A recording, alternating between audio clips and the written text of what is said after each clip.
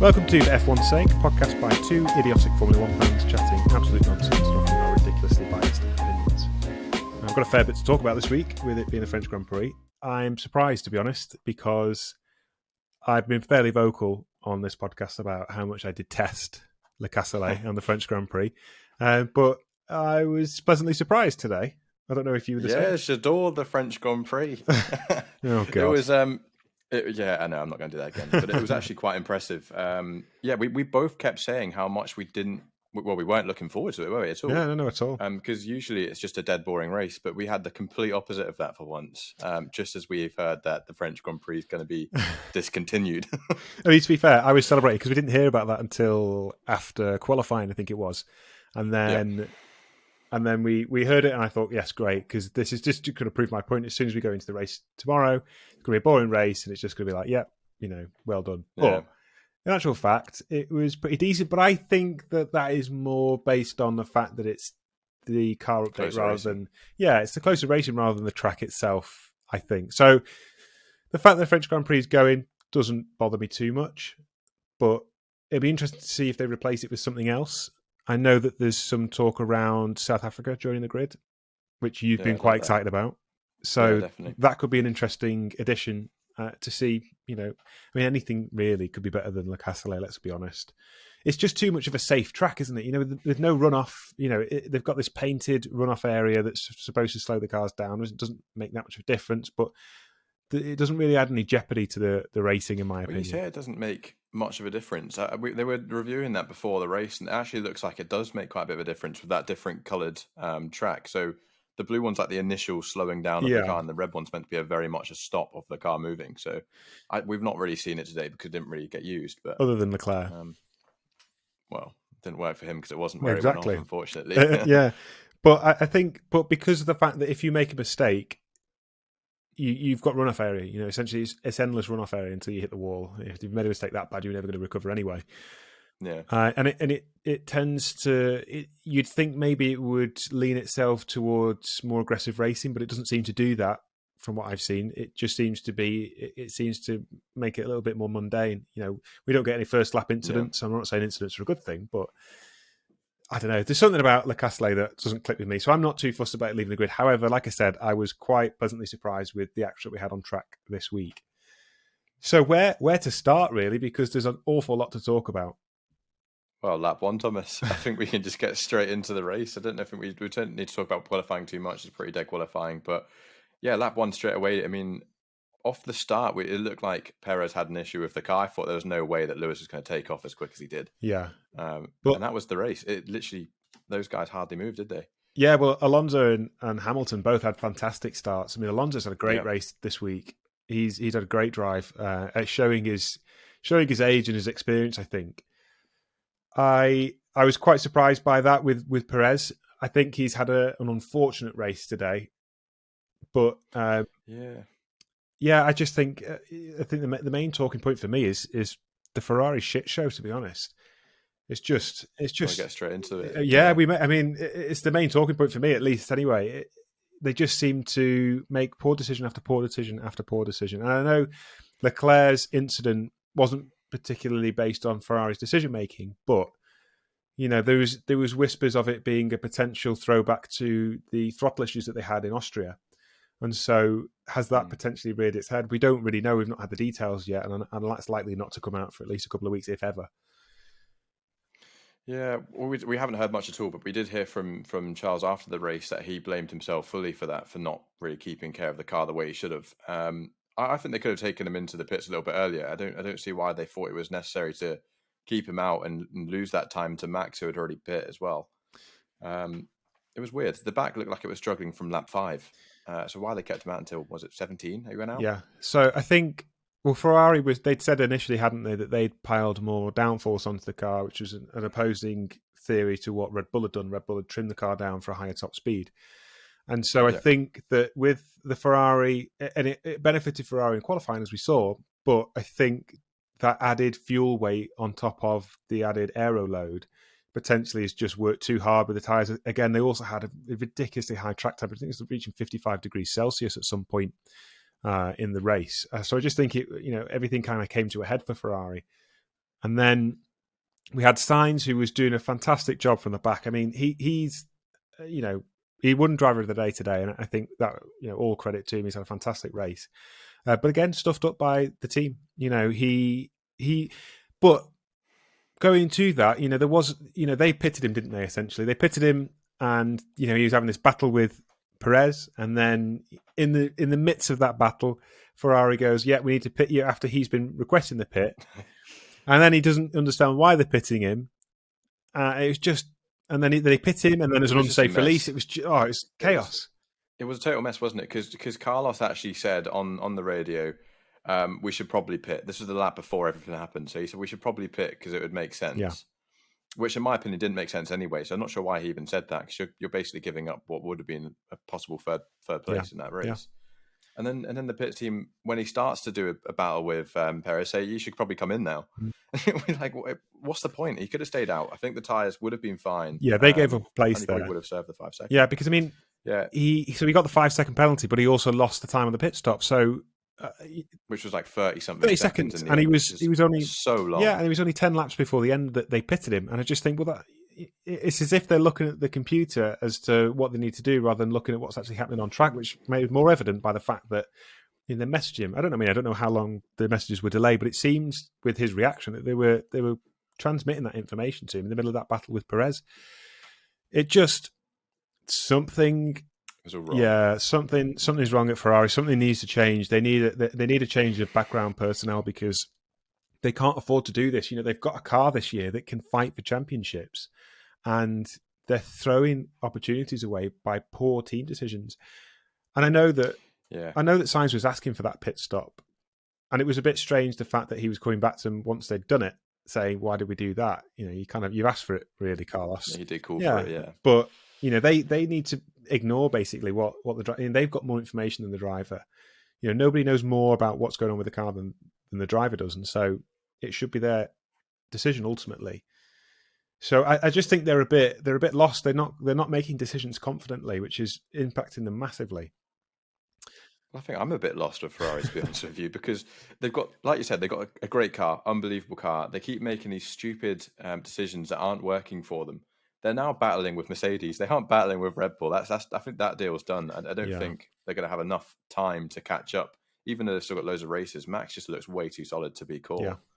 And you're now battling with George and Lewis, who are starting to pick up some serious points because of their mistakes. Yeah, they are. Mercedes have been so consistent that, even though they've not had the fastest car, they are well and truly up there now. But they're getting faster. Well, they are, they're getting quicker because they had upgrades this weekend. And, if we look at the Constructors' Championship, they're 34 points behind Ferrari at this point, which is nothing. It's just insane. It really is insane. Because with another DNF for Charles, that's really closed that gap up. It's worrying for Ferrari because they're investing an awful lot of money. They're a team with vast resources, and they just seem to be squandering them. But it wasn't just the decisions on track, was it? It was in the pit lane as well. They also had that 5 second penalty they had to serve in the end because of an unsafe release, which was actually really unsafe. I'm surprised there was no contact. Yeah, I mean, I think it was Albon maybe. Yeah, and if you just didn't did you notice as well the McLaren pit crew who was pulling a wheel away, and if they'd had contact, dread to think that Carlos would have hit that mechanic side on with the car and could have caused a horrible accident. So I wouldn't be surprised if Ferrari reprimanded post-race as well as that 5 second penalty. They've got to be. It was just they've got to be, because it's just wrong. I mean, he nearly hit their own crew member as well because he didn't move the jack out in time. Yeah, it was just it was all wrong because someone obviously knew the car was coming and then they released him anyway. Yeah, it was. But we were also waiting there for quite a long period of time as well. I don't know if you noticed that the front jack man had let the front jack down, but the rear jack was still being held on to for quite some time until it was a point where almost suspiciously, like they were trying to cause an unsafe release, which is bizarre. Yeah. We could talk about Ferrari for ages, but honestly, absolute shit show from Ferrari, despite getting driver of the day and actually a really good performance from Carlos in the end. It's just... Yeah, I feel sorry for him. Yeah, it can't happen. I feel sorry for him because he did everything that he could have done today. You couldn't have asked more from him as a driver to get to the position that he was in. He was potentially on for a third place finish. I don't know how he would have finished with that 5 second penalty where he was before he pitted. But he was doing a great job, and I think they threw that place know. away. He was about 13 seconds off George and Perez at the end of the race, so he was never going to catch that time up anyway, because it was like 25 seconds between Alonso and them. So that was never happening anyway. So really, they were gambling with that position being fifth or fourth. Wasn't going to happen before. Yeah. But another thing that I thought was interesting with Ferrari, before we move on to everyone else, is that they took the new engine again for Carlos. So the new components going into that engine. And that's why he had the grid place penalty and he's starting towards the back. It really didn't matter, did it?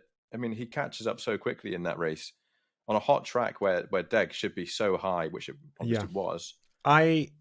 What annoys me is that there's no penalty for the faster teams. They still get points, huge points out of a race where, if someone like Yuki or someone like that had a penalty on that engine component being brought into the race, that's their race done. Yeah. I mean, I have a suspicion that, because I noticed in the speed traps when they were in the race that the Sainz Ferrari was well ahead of both Red Bulls, and supposedly the Red Bulls were far more trimmed down than the Ferrari was. And I wondered whether, because Ferrari had taken that grid place penalty anyway, they couldn't possibly suffer any further penalties by adjusting the setup.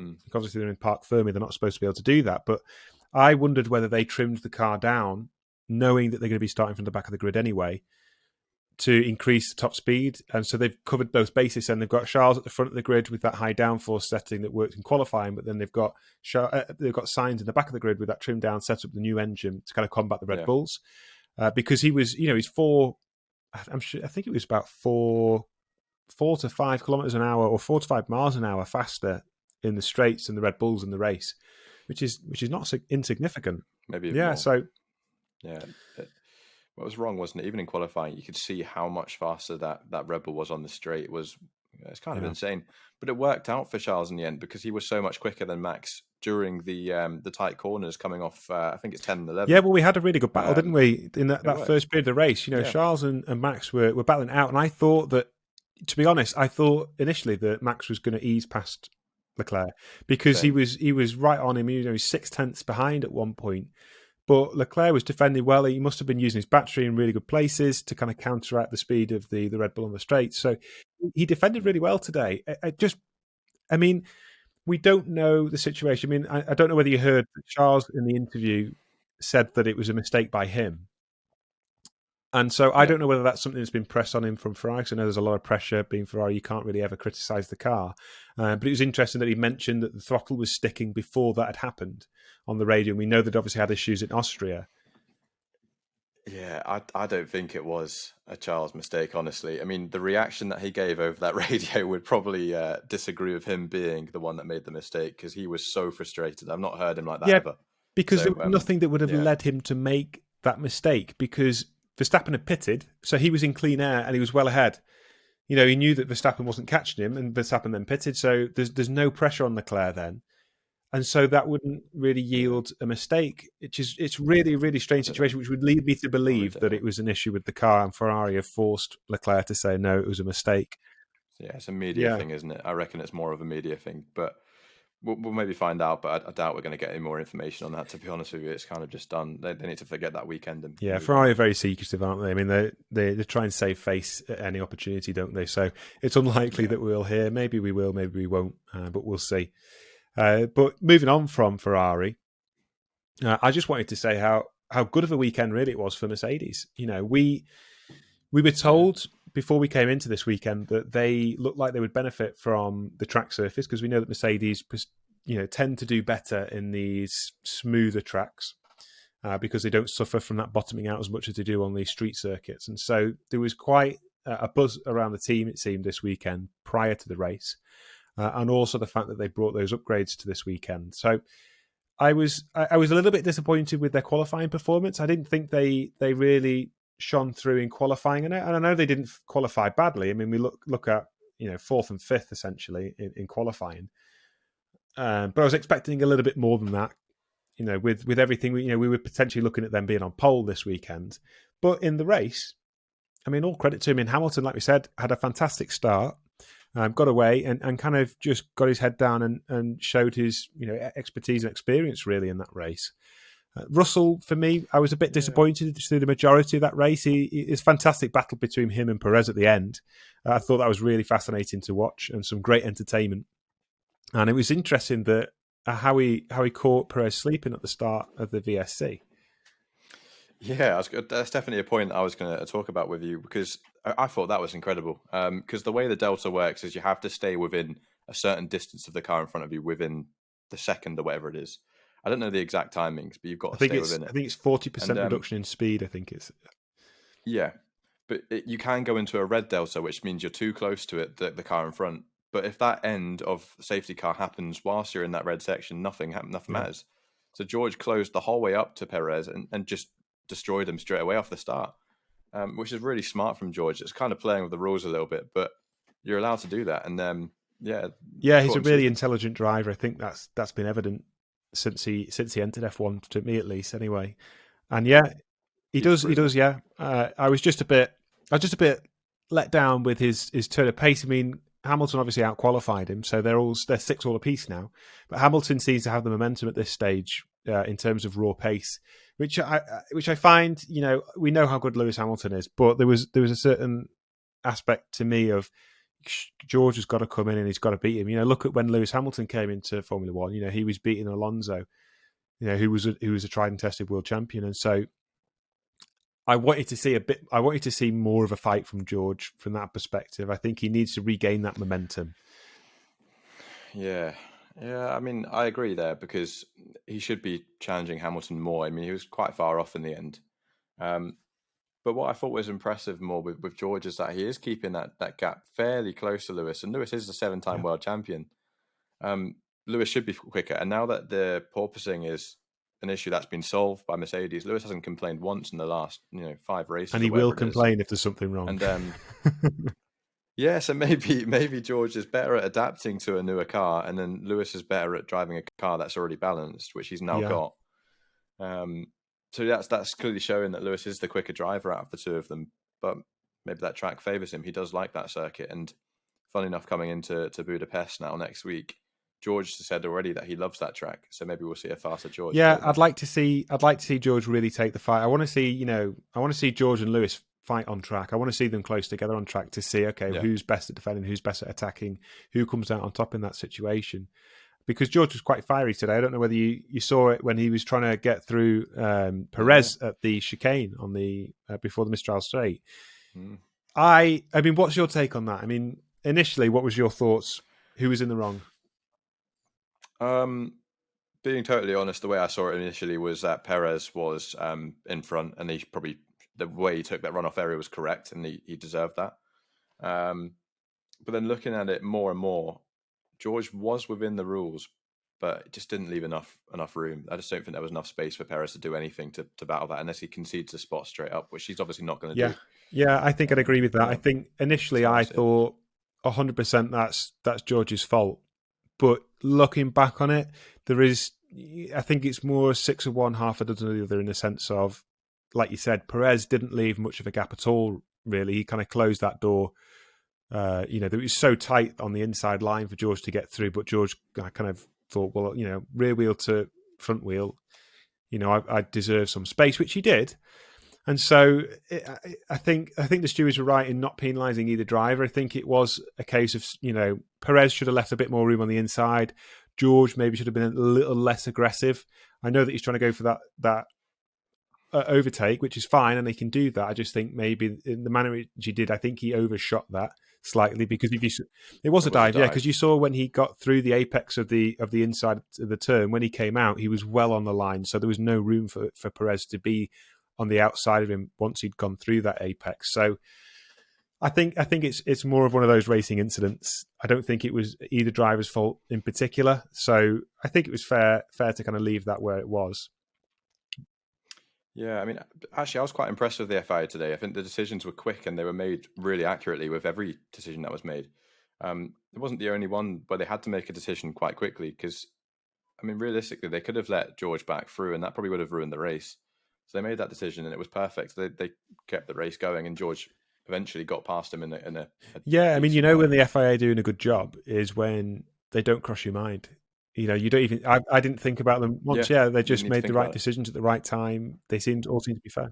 But they Yeah, made a they lot did. of decisions today. There was actually quite a lot. So I think there was straight away with Ocon and Tsunoda contact on one of the first laps. I think it was probably like 3 laps in, which did end up ruining Yuki's race, Yeah. and he went out in the end. But there's one thing that I wanted to cover again, not FIA related, but the coverage has been awful. Yeah. I don't know if you agree with this. I think you will, because the coverage, we just didn't see anything. I think there was 5 cars that went out today, and I only saw 2 of them go Yeah, out. and also at the end, I mean, I know that you have to kind of follow the leader through to the end of the race, but there was nobody around him, so why not have that in a small cutout? Because we're having to watch Russell and Perez fighting for third place on a tiny little window. It's in a tiny little window in the bloody grid order on the left-hand side of the screen, which I just think is... I don't mind that. I quite like the little window. I think the window is a good thing to do, but we need it more for midfield battles or for something like that. Because at the start of the race, we saw, I'm just looking at the order now, we saw Russell take Alonso. We didn't see anything like that. There's nothing on TV coverage. I think maybe they need, the main feed at the top of the screen, and then maybe 3 or 4 windows at the bottom, spread across the bottom of the screen, that are showing other battles throughout the midfield as and when they're appearing. Because I think today, at the end of that race, Verstappen should have been a small cutout on the grid order, and the main feature on the TV should have been Perez and Russell, because they were fighting for last places. We knew that Verstappen was going to win. There's nobody, nobody even close. I think Lewis was 9 seconds behind at the finish, so there was nothing to watch there. And I get, he's a winner of the race, fine, but we knew that from lap 17, pretty much, when Leclerc crashed. So, yeah, it pisses me off, to be honest with you, Tom. I think there's racing happening the whole way down that grid today, and like the second the race finishes and everyone's gone across that line, we see Stroll and Vettel having a huge battle and contact right on the finish line. We don't see any of that during the race, and it's such a shame, because great finishes for McLaren today. What best they could have done. Don't see any of their moves. We don't see them racing. And we also had the cool down room. Nothing. So you get into the cool down room, nothing happens for the first few minutes, and all of a sudden they start talking. Then 3 seconds into that, no sound, all gone, and then they're talking away. We don't hear any of it. It's just piss poor. Come on. I mean, how difficult is it to get a microphone working in the cool down room? You've managed to get microphones all around the track working for the entire race for nearly 2 hours. Yet you come to the cool down room, you can't get a microphone working for more than 3 seconds. It should be set up before it happened. I mean, it's just a joke. I mean, the coverage's been awful, and I'm starting to get annoyed with it, because for a spectator, we want to see as much as possible. And they've got so many new people coming into the sport who want to hear things like that. Little things really make a difference. And I'm just, I'm done with it now. It's really annoying. There's no other way of doing it. So they have to start taking this into account. And I think even the commentary, they were saying that was happening, and it's a shame. There were certain things that we were saying, well, we wanted to stick with that, but we didn't. I think it happened in qualifying as well. With Sainz giving Leclerc the toe, and so as soon as they saw Sainz back off, they just went, "Oh, go!" So it's like they don't know what's going on. Oh, he's not enough quick. Let's go to the next person, Verstappen, whatever it was. But we wanted to see the toe that he was giving to see how it all worked, and we had to see that on a replay. 5 minutes later. So I agree with you 100%. I think something needs to be done about it, because I know that there's been other influencers online that have mentioned something similar with the F1 TV direction. I just think it, like you said, there's it's not. I mean, we are trivializing it a lot. We aren't TV directors. We don't claim to be. But with the racing being as close as it is this season, there's so many midfield battles going on throughout the race that we want to be able to have access to them. And I think maybe having multiple views on the screen, or and I know that Sky does this. I don't know whether other TV providers do the same thing, where you can kind of have a race control to kind of follow different aspects of the race and who's racing. But the mainstream footage should be covering that, really, to be honest, because people don't want to see the leader out in front, 20 seconds in front. That's not racing. That's just processional. We want to see battles that are going on track, and so if there's more than one, we want to see split screens with all those battles going on. Yeah, well, you can. I'm not going to promote Sky one bit, because they're too expensive. Unless they give us free tickets, Sky. All will be forgiven. Well, yeah. If you want to bring us a race. Exactly, bring us to the events and we're fine with it. But I'm not paying for your Sky Glass for £4 billion a month, or whatever it is nowadays. It's just not worth it. So we need that information for free. And if you want people to watch your your sport in Formula One, which they have a section for now, then why not give Yeah. that out? Yeah, I think. Yeah, I'd agree with you. Anyway, we'll digress because we've gone off on a tangent. Yeah, we we've got a do. race to talk So about. as a whole, I think it was pretty good. Like you said with McLaren, McLaren had a really good weekend this weekend. I know that they brought upgrades to the car, and they seem to have worked. Not as much as we'd hoped. I think they'd made more of an impact on qualifying, but in the actual race itself, they seem to fall short a bit because I think their main battle at the moment is with Alpine. Yeah, and unfortunately, Alonso got the better of the McLaren set, and I think even Ocon overtook Ricciardo. Ricciardo has done better this weekend as a whole, I think. However, he's still a bit of a wet lettuce. I think there's just some, I don't know. Yeah, he's a bit of a wet lettuce. There's just something. There's just no fire in him. He just seems a bit lackluster. Do you not agree? Yeah, I do agree. I mean, at the end of the day, Fernando Alonso is probably the best of those four people battling in those cars. I mean, he's one of the greatest we've seen, so I wouldn't worry about him too much. But it was nice to see that Ricciardo was keeping up with Norris's pace, but then you're sandwiched by two Alpines, and Ocon eventually gets Ricciardo pretty late on in the race. Was a shame. I think they probably could have gotten 6th and 7th on a really good day, but they're still not quick enough to battle the Mercedes and everything like that. So it's I think, like I said, I think their main focus has got to be the Alpine team, and I think they've got to get the better of those, week on week. And I think they'll probably overperform this weekend with it being a home Grand Prix. And like you said, Alonso is a fantastic driver, and you've got to be something special because I think he was mentioning in the race, they say Lando's pulling time on you in these few laps. He goes, I know, I'm trying to bring him closer to me to ruin his tires. He's just 3 steps ahead of everybody else because he's so experienced. And so McLaren need the pace to be able to just offset that, to go, it doesn't matter. We're so much quicker than him that he can't do that to us. We will just overtake. And I think they've made steps towards that because I think they've had a significant upgrade. I think they've changed the whole side pods, the underfloor. There's it's been a significant change. So hopefully that will develop over the coming races and over the mid-season breaks. We know we've got one race now in Budapest, and then we've got a mid-season break before we come back to Spa. I think is the next one. I may have got that completely wrong, but I think it's Spa. I think you're right. No, we're right. McLaren is such an interesting team to watch because, well, I know you're a huge fan of McLaren. To be honest, I'm getting more and more converted the longer we go on with McLaren.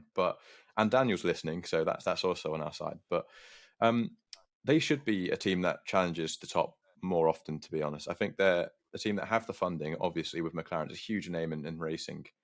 But when you've got teams like Alpine, Haas, Alfa Romeo, they're kind of like, it's not the same name. So, McLaren seems to be on an upward trajectory. We mentioned this in the pre-season podcast because they had such a good year in 2021. They were getting better and better and better all throughout the year. And we started this season, they had those brake issues at Bahrain, so they kind of missed out on the testing with that. And so I think they've been struggling since day one of this season with trying to kind of recoup those losses that they had when they'd lost out on that testing time. And I think it was just unfortunate because they looked so promising in the first test at Barcelona. And I think that now they've kind of got themselves back to where they should have been maybe 4 or 5 races ago. And we will start to hopefully see that upward trajectory again. We need to see them consistently fighting in for 5th and 6th place and then start to catch the Mercedes, really, if we want to see a vast improvement. They should be best of the rest. I think we've said that for a long time now, that it should really be best of the rest. But they really have a battle on the hands with Alpine because they're not giving up, and Fernando is a great racer. We know that already. But Ocon's looking pretty consistent now as well. He's starting to get results in that midfield, and he is. Ocon has been surprisingly good the past few weeks, actually, and it's not a driver that I mention frequently because he's just normally just kind of lingering there in the midfield, isn't he? Race, not last week, sorry, a couple of weeks ago. He had a good race there. But that's 2 results now for him. Home Grand Prix, admittedly, so it's obviously he's got a lot of support there with Gasly as well. It just didn't end the way that I thought it would end for McLaren, and I was hoping they would give out a little bit more than they did, but not bad. It's not bad. It's progress. It's definitely progress. I'd hope to have seen more of a turn of pace because in qualifying, Ricciardo just didn't seem to have quite the pace of Norris again.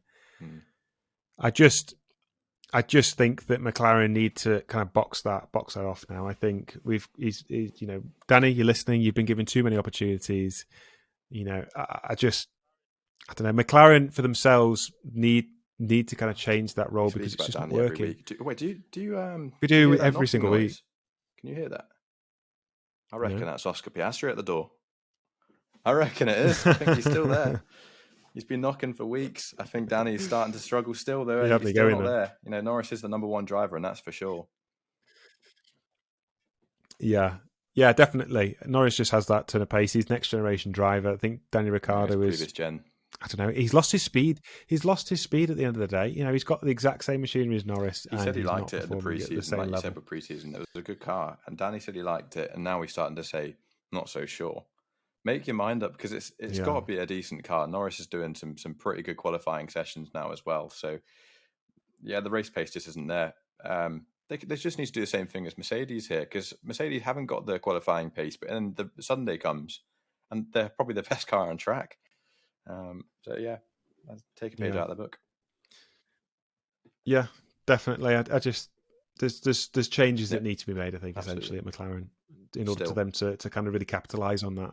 Still, yeah. I mean, I don't know how many times we have to say it until somebody listens to us. It's been like 13 races now, or whatever it is. They need to start listening. Yeah.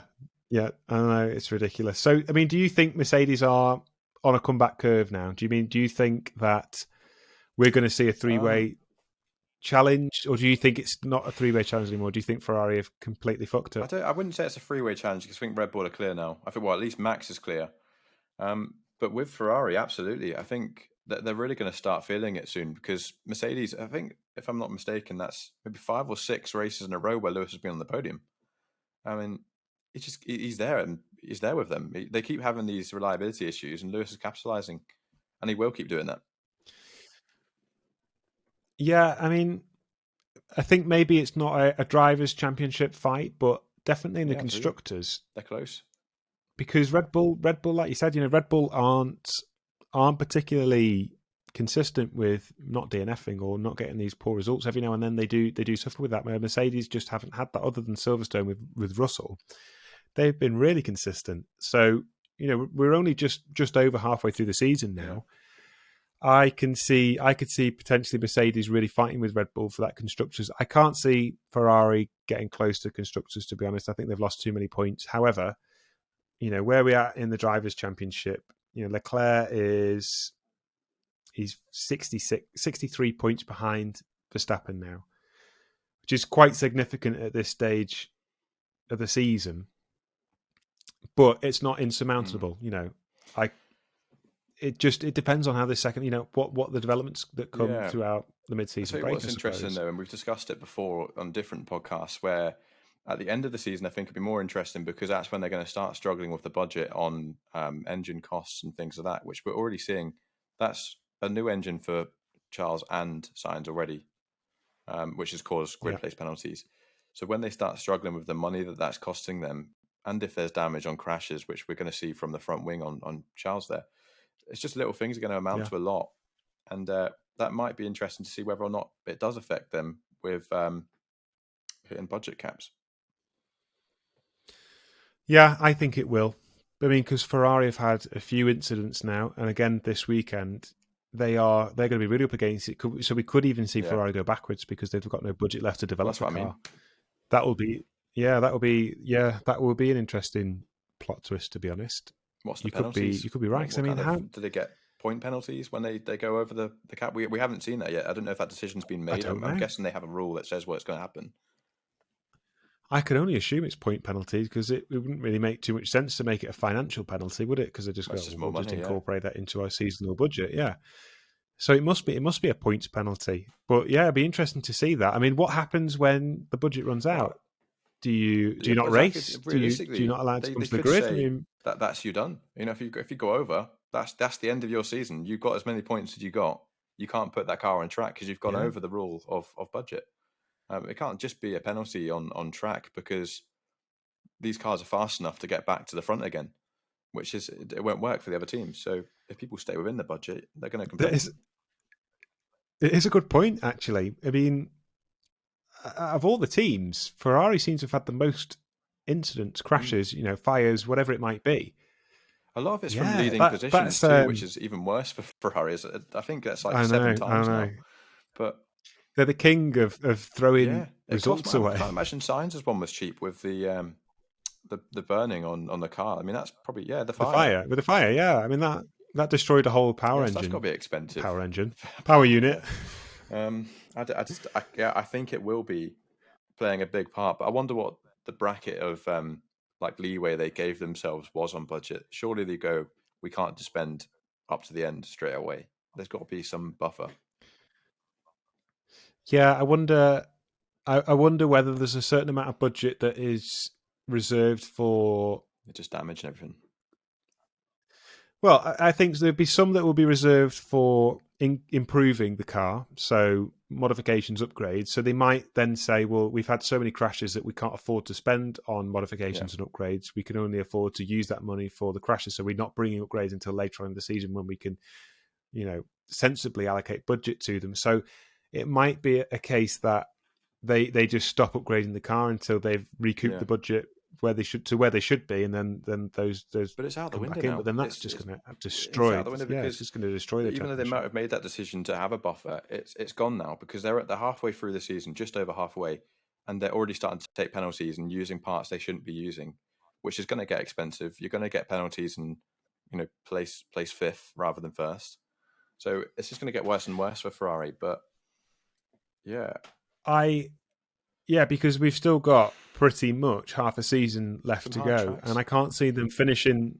Yeah, I can't see them finishing the season without changing any more components, and that's without them having any big incidents. Which, based off past experience this season alone, they're going to have more accidents. Yeah, especially if that throttle keeps jamming for Leclerc. Let's go into the future here, right? So if Ferrari do have issues at the end of the season where they're starting to hit that budget, and for whatever reason the FIA do start taking cars off track because they've hit it, or huge penalties financially, whatever it will be, next year Mercedes are going to be laughing because they're going to go, we can spend a lot of that on the car, developing it, without taking too much risk of a penalty because they know their car's reliable. So they don't have to change too much. Ferrari have to figure that out, otherwise they're going to keep hitting the budget cap every year. Well, yeah, there's a balancing act, isn't there? And I think that's another strategic element to the series, really, isn't it? It's not only do you have to battle on track and create the fastest car and the most reliable car, but then how do you balance your upgrade budget, your crash budget, your reliability budget if parts don't, if parts fail, like you said. There's so many variables. It's a ever changing beast. I mean, anybody that can predict what happens in Formula One in the future it's impossible. You can't, can you? You put a bet on at the start of the season for something, anything can happen in Formula One. It's so topsy-turvy every season that, all sorts of things happen. Even drivers changing halfway through the season that you don't expect just due to poor performance. Yeah, that's anything crazy. It can happen. We've seen it happen. I'll tell you what, for everyone listening, keep listening because we're going to be releasing an episode pretty soon, going into the summer break. That's going to give you like a completely different outlook on everything to do with racing. So keep listening because you're going to hear more about the budgets and how much it costs for all this. So yeah, we've got a really special episode coming up with ex racing drivers at the highest level. So make sure you're tuned in for that because that will be released in the summer break, like Brad said. So keep your ears peeled because that's a really good episode. We're really proud of that. So make sure you keep an eye out for it. We'll be plastering it everywhere when it does come out. You're going to get bored of seeing us, I'm sure. Yeah, we will be littered everywhere. Don't you worry. So, I mean, who this weekend have you been most impressed with on track? That's a really good question because part of me wants to say Sainz, but I also don't want to say Sainz because I feel like it's unfair that he can just do that to the whole grid and just keep getting past people. Today, I'm actually going to say someone that you're not going to expect. We've probably never said this name before, but Lance Stroll was really impressive today. No. Don't say that. It hurts me. It pains me. Why have you not got the hat on? Well, I put the Mercedes hat on because I was proud of the boys. But I thought Stroll did a really good job of keeping his car in 10th place. He got a point, nothing much, but usually we see Stroll drop off and he just can't handle the race. But he's done well to keep it there.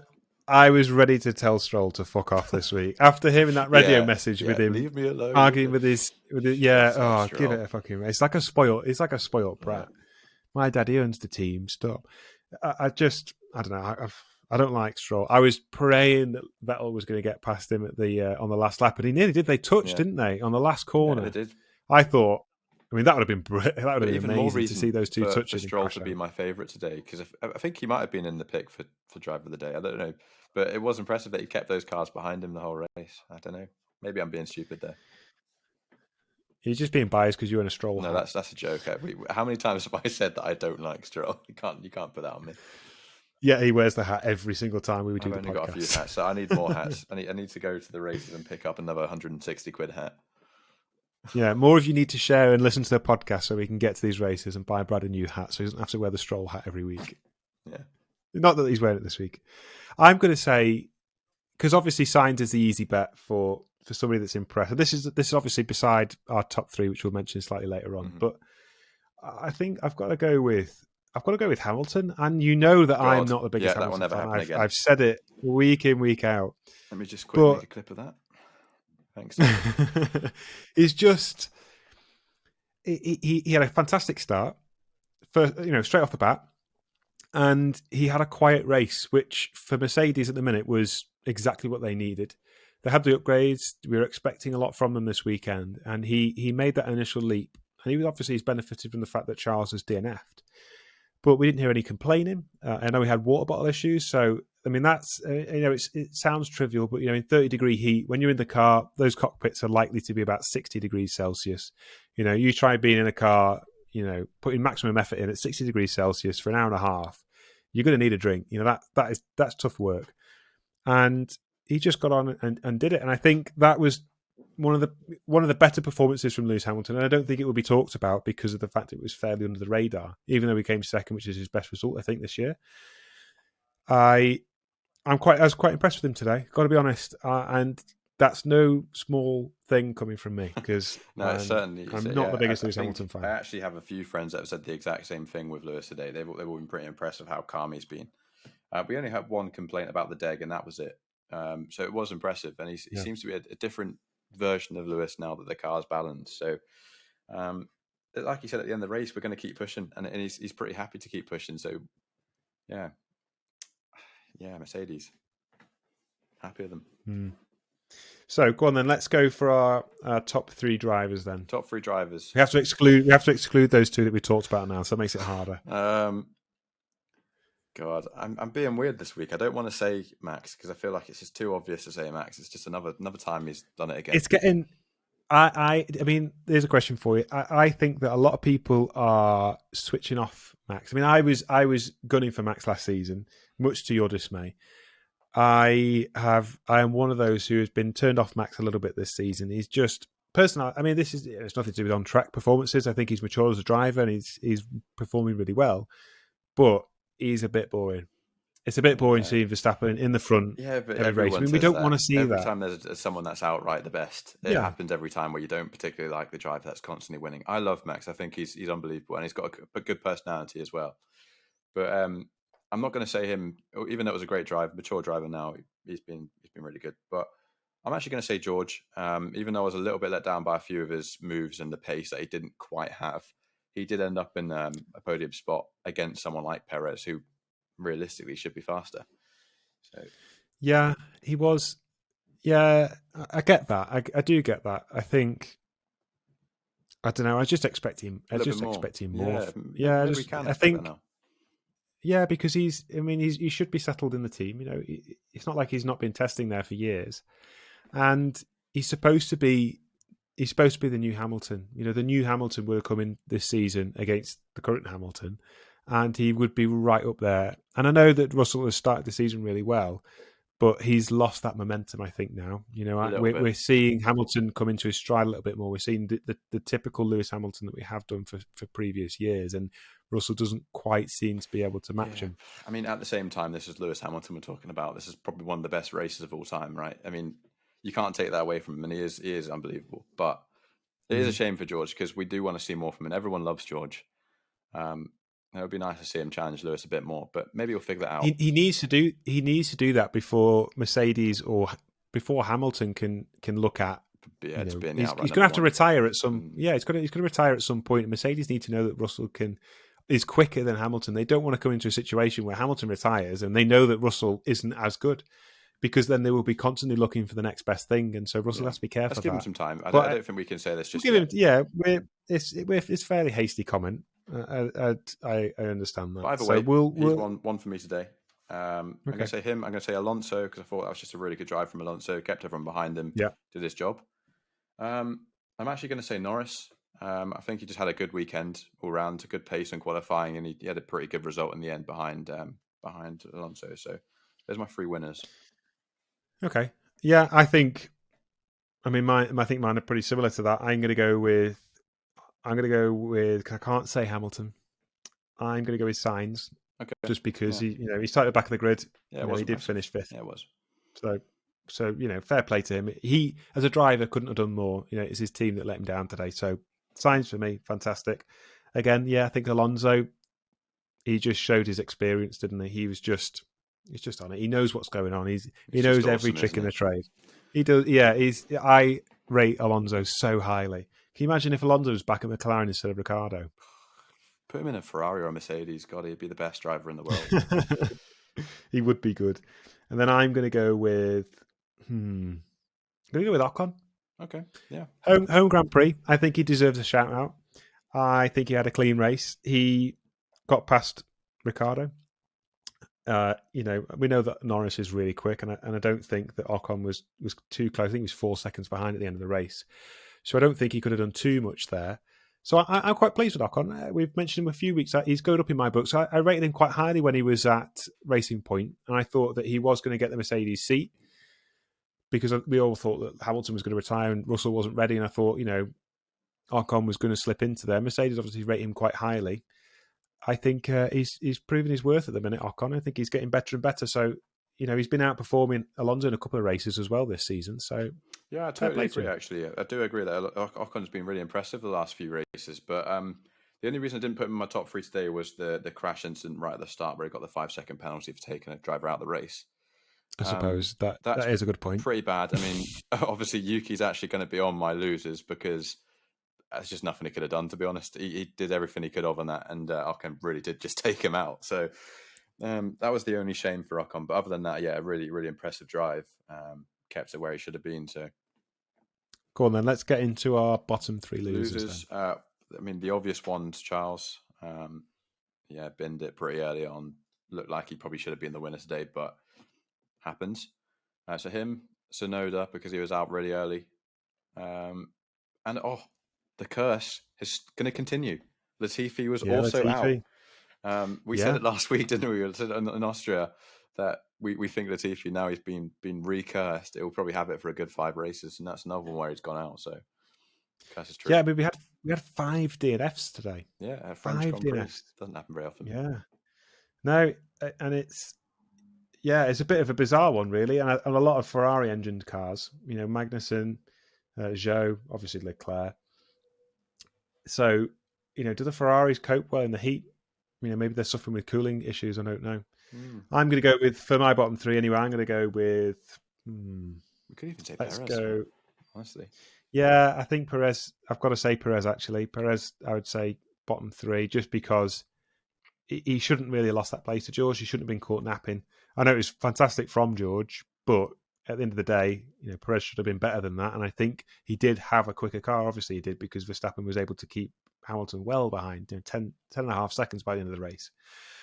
I'm going to go with Vettel, because Stroll got the better of him. And if Stroll gets the better in you, any race, you're in my bottom 3, quite frankly.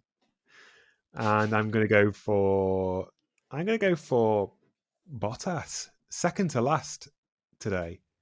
A pretty nothing performance from Bottas. Yeah, he's getting worse and worse now, isn't he?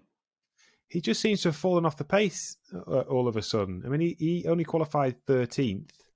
And I know Zhou was terrible in qualifying, but yeah, he was so good at the beginning of the season. We saw like a reformed Bottas, and that doesn't seem to have carried through to the latter parts of this season. So I was a bit disappointed in him, to be honest, because we know how quick he is. We've seen him out-qualify Lewis Hamilton. We've seen him out-race Lewis Hamilton. But, yeah, just seemed a bit lacklustre today, unfortunately. So he's in my bottom three. We don't mention Bottas particularly often, to be honest. No, I'm going to blame Ferrari for that.